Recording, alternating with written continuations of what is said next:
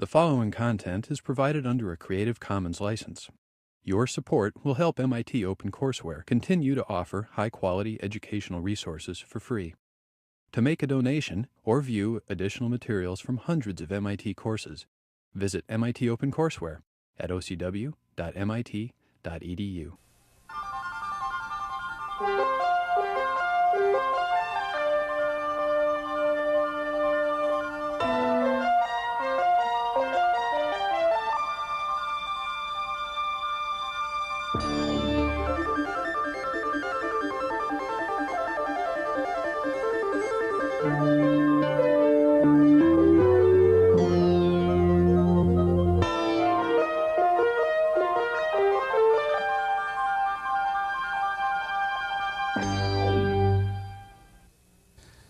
Last time we began the discussion of the Z-transform, and as with the Laplace transform in continuous time, we developed it as a generalization of the Fourier transform. The expression that we got for the Z-transform is the sum that I indicate here, and we also briefly talked about an inverse Z-transform integral and some other informal methods of computing the inverse Z-transform. But we focused in particular on the relationship between the Z-transform and the Fourier transform, pointing out, first of all, that the Z-transform, when we choose the magnitude of Z equal to 1, so the magnitude of Z of the form e to the j omega, just simply reduces to the Fourier transform of the sequence. Then, in addition, we explored the Z-transform for Z, a more general complex number. And in the discrete time Z-transform case, we expressed that complex number in polar form as r e to the j omega, and recognized that the Z-transform expression, in fact, corresponds to the Fourier transform of the sequence exponentially weighted. And because of the exponential weighting, the Z-transform converges for some values of r corresponding to some exponential weighting, and perhaps not for others. And that led to a notion which corresponded to the region of convergence associated with the Z-transform. And we talked some about properties of the region of convergence, particularly in relation to the pole zero pattern. Now, the Z-transform has a number of important and useful properties, just as the Laplace transform does.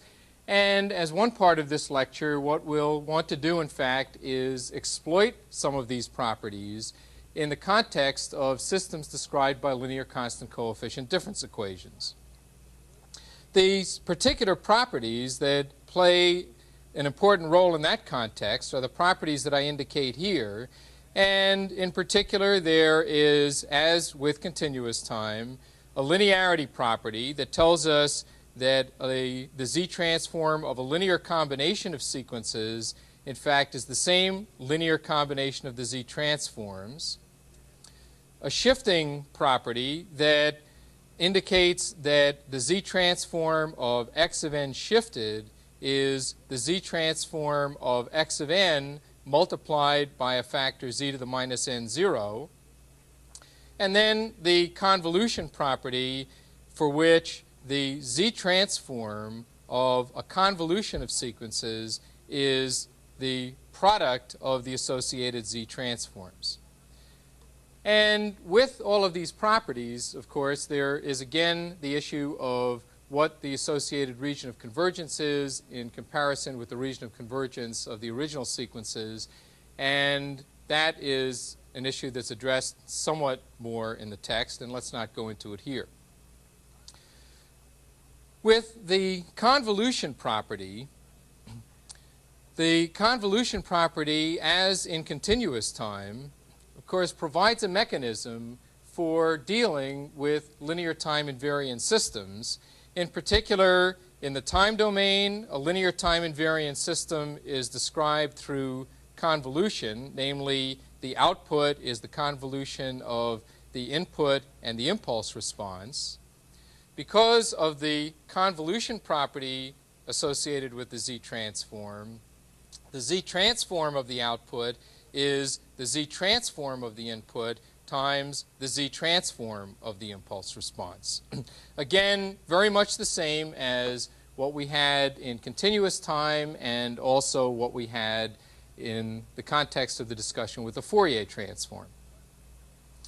In fact, because of the relationship between the Z-transform and the Fourier transform, the Z-transform of the impulse response evaluated on the unit circle, in other words, for the magnitude of Z equal to 1, in fact corresponds to the frequency response of the system.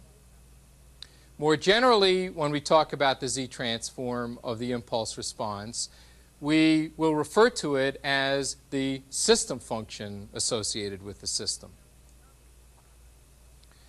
Now, the convolution property and these other properties, as I indicated, we will find useful in talking about systems which are described by linear constant coefficient difference equations, and in fact we'll do that shortly. But first what I'd like to do is to continue to focus on the system function for linear time invariant systems and make a couple of comments that tie back to some things that we said in the last lecture relating to the relationship between the region of convergence of a system, or the region of convergence of a Z-transform, and the issue of where that is in relation to the poles of the Z-transform. Now, in particular, we can draw some conclusions tying back to that discussion about the pole locations of the system function in relation to whether the system is stable and whether the system is causal. In particular, recall from one of the early lectures way back when that stability for a system corresponded to the statement that the impulse response is absolutely summable. Furthermore, when we talked about the Fourier transform of a sequence converges if the sequence is absolutely summable. So in fact, the condition for stability of a system and the condition for convergence of the Fourier transform of its impulse response, in fact, are the same condition, namely absolute summability. Now, what does this mean? What it means is that if the Fourier transform converges, that means that the Z-transform converges on the unit circle. Consequently, if the system is stable, then the system function, the Z-transform of the impulse response, must also converge on the unit circle. In other words, the impulse response must have a Fourier transform that converges. So for a stable system, then, the region of convergence of the system function must include the unit circle in the Z-plane. So we see how stability relates to the location of the region of convergence. And we can also relate causality to the region of convergence. In particular, we know that if a system is causal, then the impulse response is right-sided. For a sequence that's right-sided, the region of convergence of its Z-transform must be outside the outermost pole. So for causality, the region of convergence of the system function must be outside the outermost pole. For stability, the region of convergence must include the unit circle. And in fact, we can also then draw from that the conclusion that if we have a system that's causal and stable, then all poles must be inside the unit circle because of the fact that the region of convergence must be outside the outermost pole and has to also include the unit circle. So, for example, if we had, let's say, a system with a system function as I indicate here with the algebraic expression for the system function being the expression that I indicate here with a pole at z equals a third and another pole at z equals 2 and a 0 at the origin.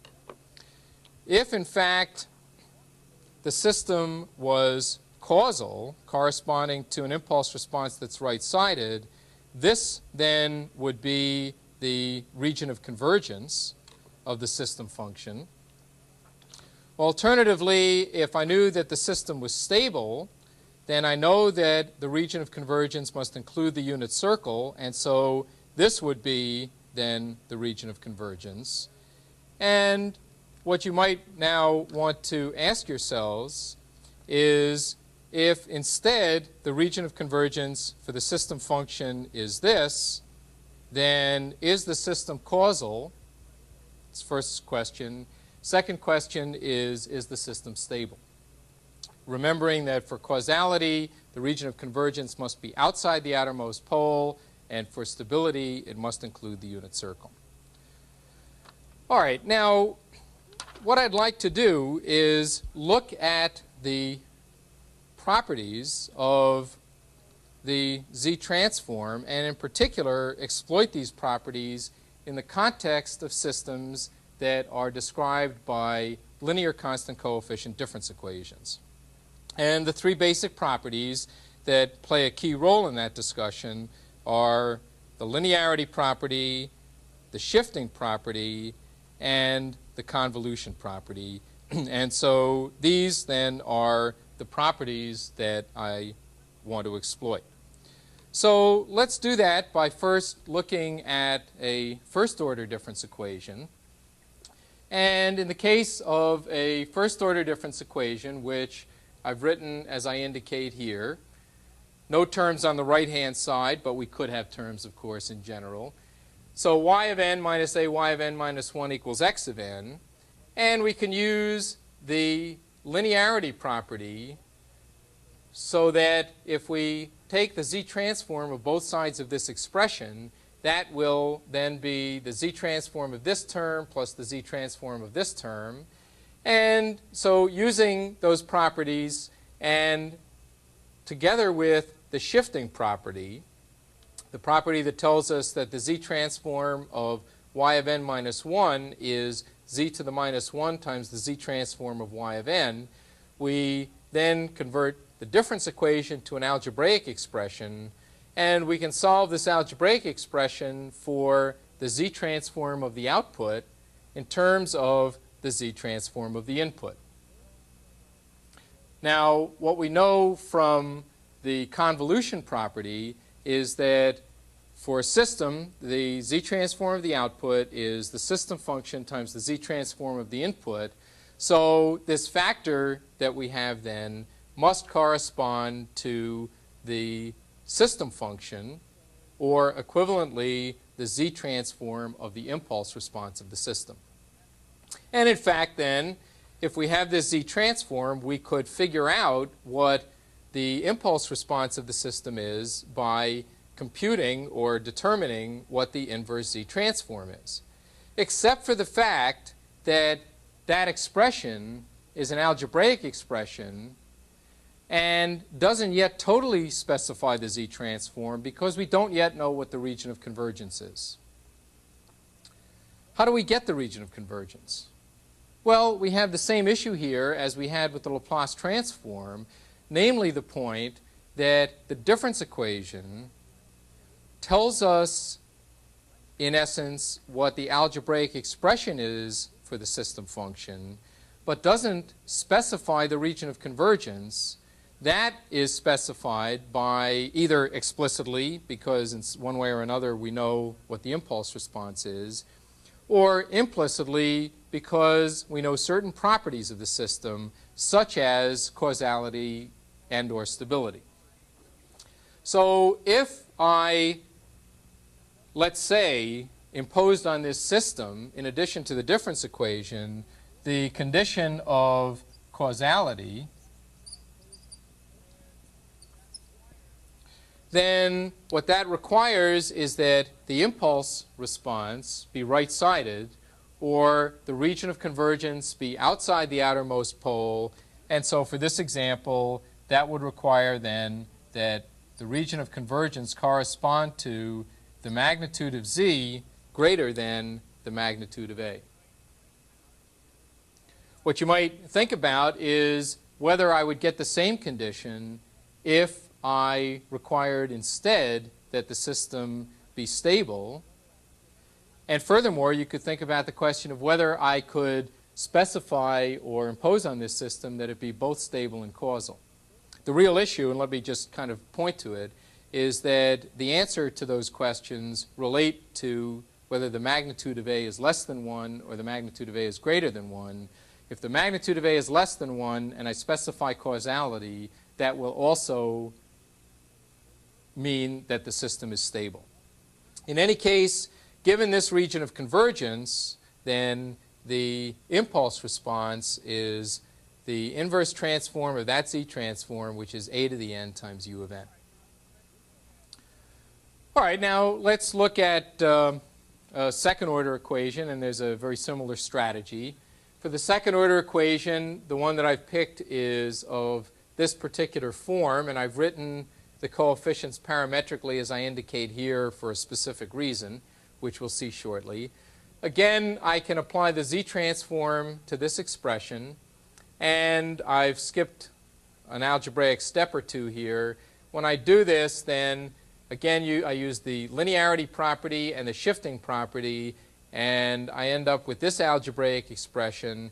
If I now solve that to express y of z in terms of x of z and a function of z, then this is what I get for the system function. And so this is now a second order system function, and we'll have 2 zeros at the origin, and it will have 2 poles. Again, there's the question of what we assume about the region of convergence. I haven't specified that yet, but if we, let's say, assume that the system is causal, which I will tend to do, then that means that the region of convergence is outside the outermost pole.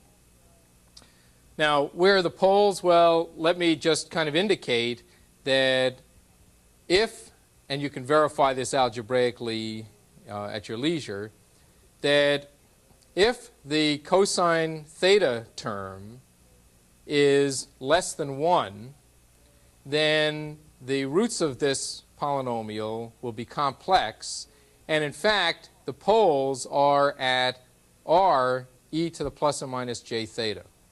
So for cosine theta less than 1, then the poles are complex, and they're complex poles at an angle theta and with a distance from the origin equal to the parameter r. So in fact, let's just look at that. And what I show here is the pole 0 pattern.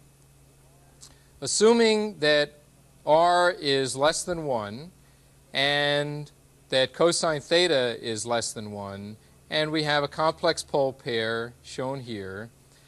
And now if we assume that the system was causal, that means that the region of convergence is outside these poles, and that would then include the unit circle, which means that the system is also stable. And in fact, as long as the region of convergence includes the unit circle, we can also talk about the frequency response of the system. Namely, we can evaluate the system function on the unit circle, and we in fact evaluated the Fourier transform associated with this pole 0 pattern last time, and recall that the frequency response then is one that has a resonant character, with the resonant peak being roughly in the vicinity of the angle of the pole location. And as the parameter r varies, let's say as r gets smaller, this peak tends to broaden. As r gets closer to 1, the resonance tends to get sharper.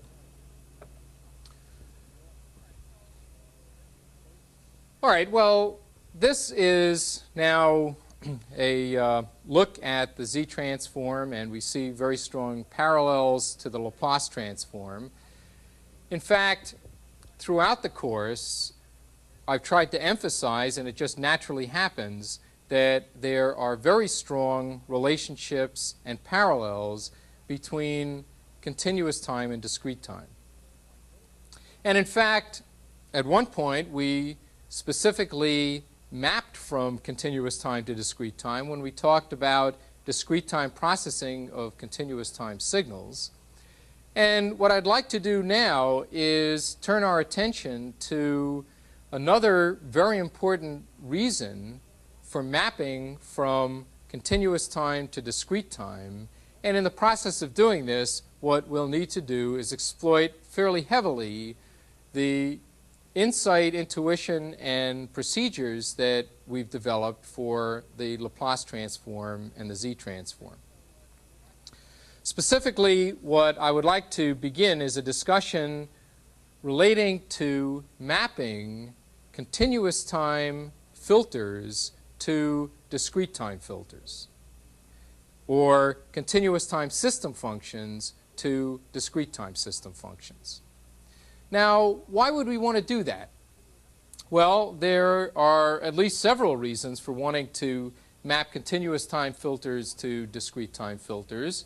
One, of course, is the fact that in some situations, what we're interested in doing is processing continuous time signals with discrete time systems, or said another way, simulate continuous time systems with discrete time systems.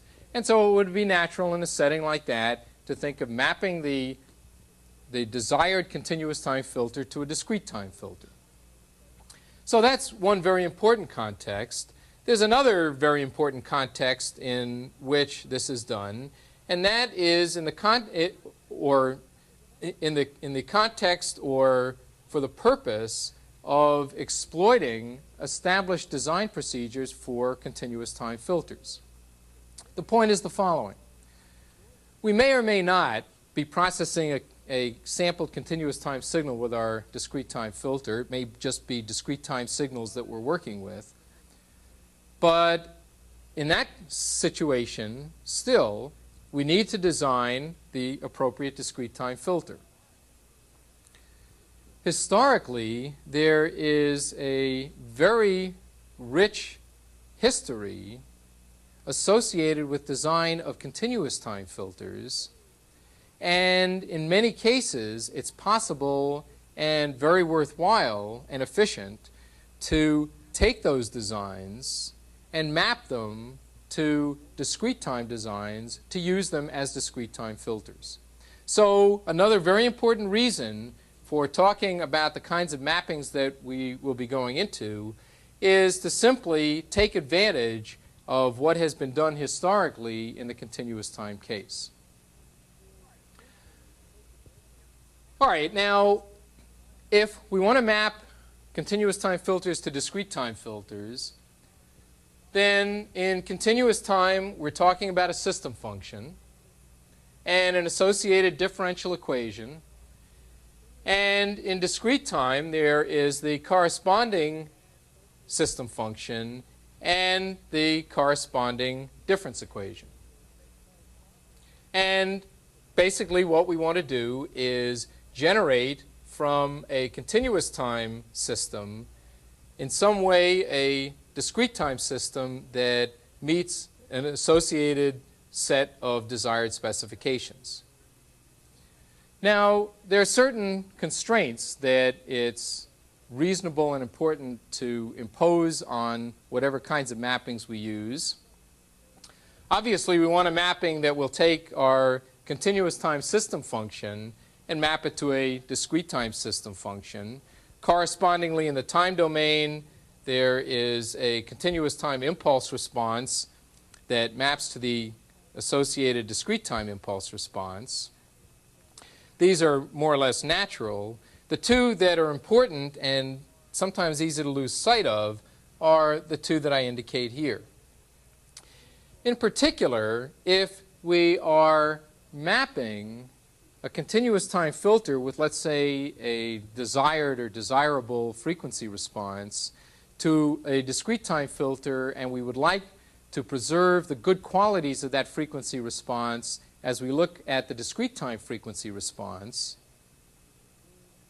then it's important that what happens in the S-plane for the continuous time filter along the j omega axis relate in a nice way to what happens in the Z-plane around the unit circle. Because it's this over here that represents the frequency response in continuous time, and this contour over here that represents the frequency response in discrete time. So that's an important property. We want kind of the j omega axis to map to the unit circle. Another more or less natural condition to impose is a condition that if we are assured in some way that our continuous time filter is stable, then we would like to concentrate on design procedures that more or less preserve that and will give us stable digital filters. So these are kind of reasonable conditions to impose on the procedure. And what I'd like to do in the remainder of this lecture is look at two common procedures for mapping continuous time filters to discrete time filters. The first one that I want to talk about is one that in fact is very frequently used, and also one that, as we'll see, for a variety of reasons, is highly undesirable.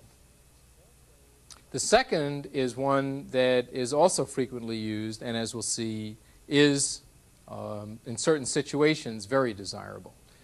The first one that I want to talk about is the more or less intuitive, simple procedure of mapping a differential equation to a difference equation by simply replacing derivatives by differences.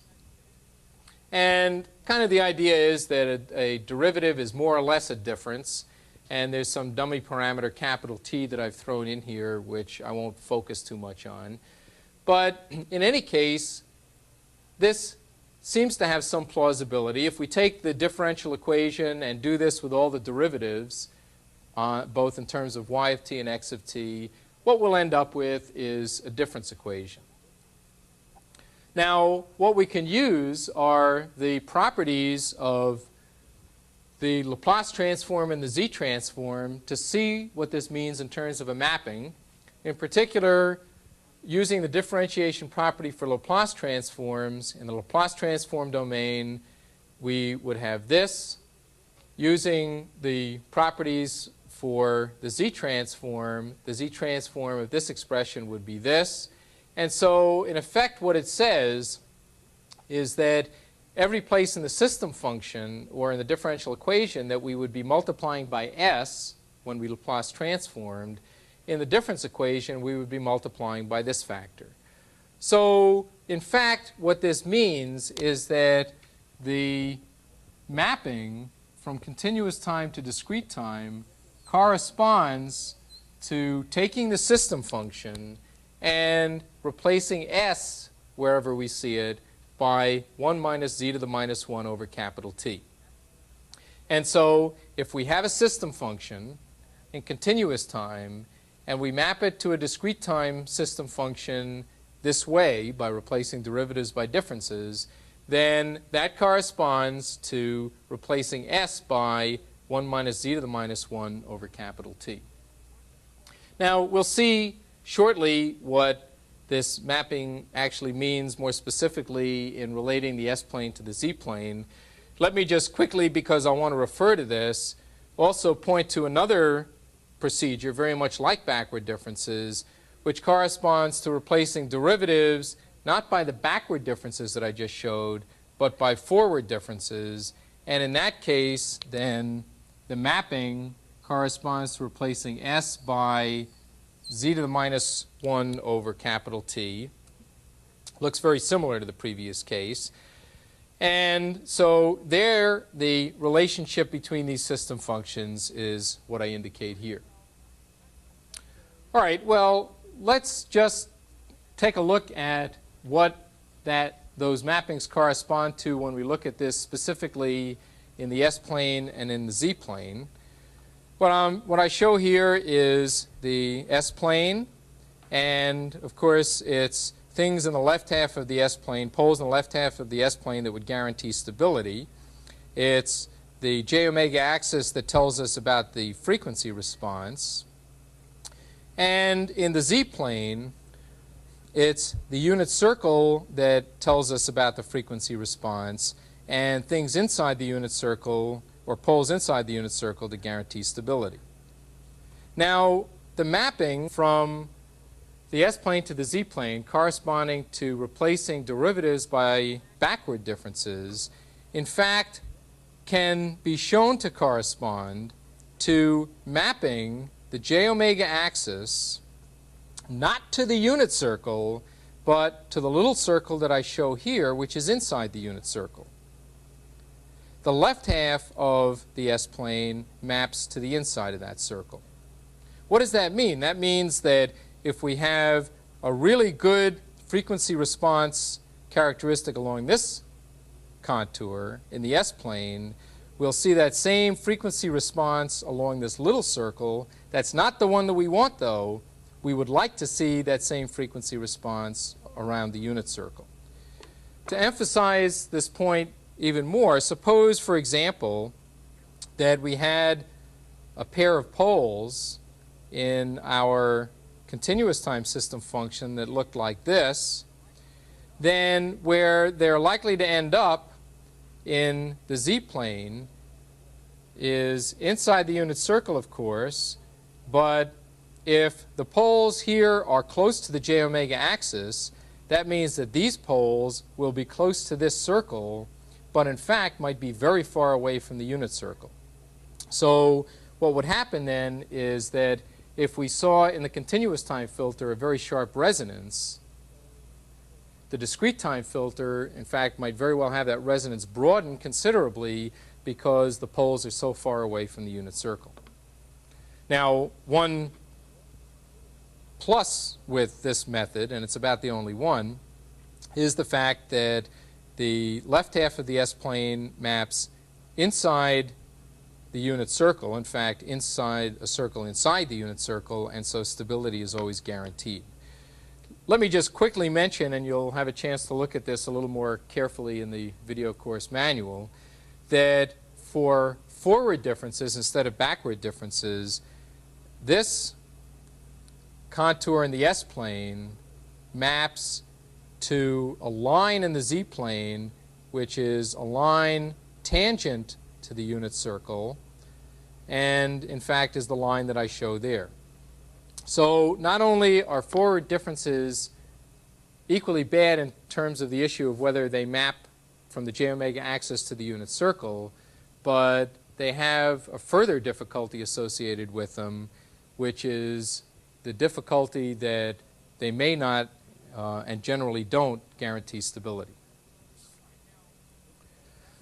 All right, now that's one method, and one, as I indicated, that's often used partly because it seems so intuitively plausible, and what you can see is that by understanding carefully the issues and the techniques of Laplace and Z transforms, you can begin to see what some of the difficulties with that method or those methods are. The next method that I'd like to talk about is a method that in fact is very commonly used, and it's a very important, useful method, which kind of can be motivated by thinking along the lines of mapping the continuous time filter to a discrete time filter in such a way that the shape of the impulse response is preserved, and in fact more specifically so that the discrete time impulse response corresponds to samples of the continuous time impulse response. And this is a method that's referred to as impulse invariance. So what impulse invariance corresponds to is designing the filter in such a way that the discrete time filter impulse response is simply a sampled version of the continuous time filter impulse response with a sampling period, which I denote here as capital T, and that will turn into a slightly confusing parameter shortly and perhaps carried over into the next lecture. Hopefully we'll get that straightened out, though, within those 2 lectures.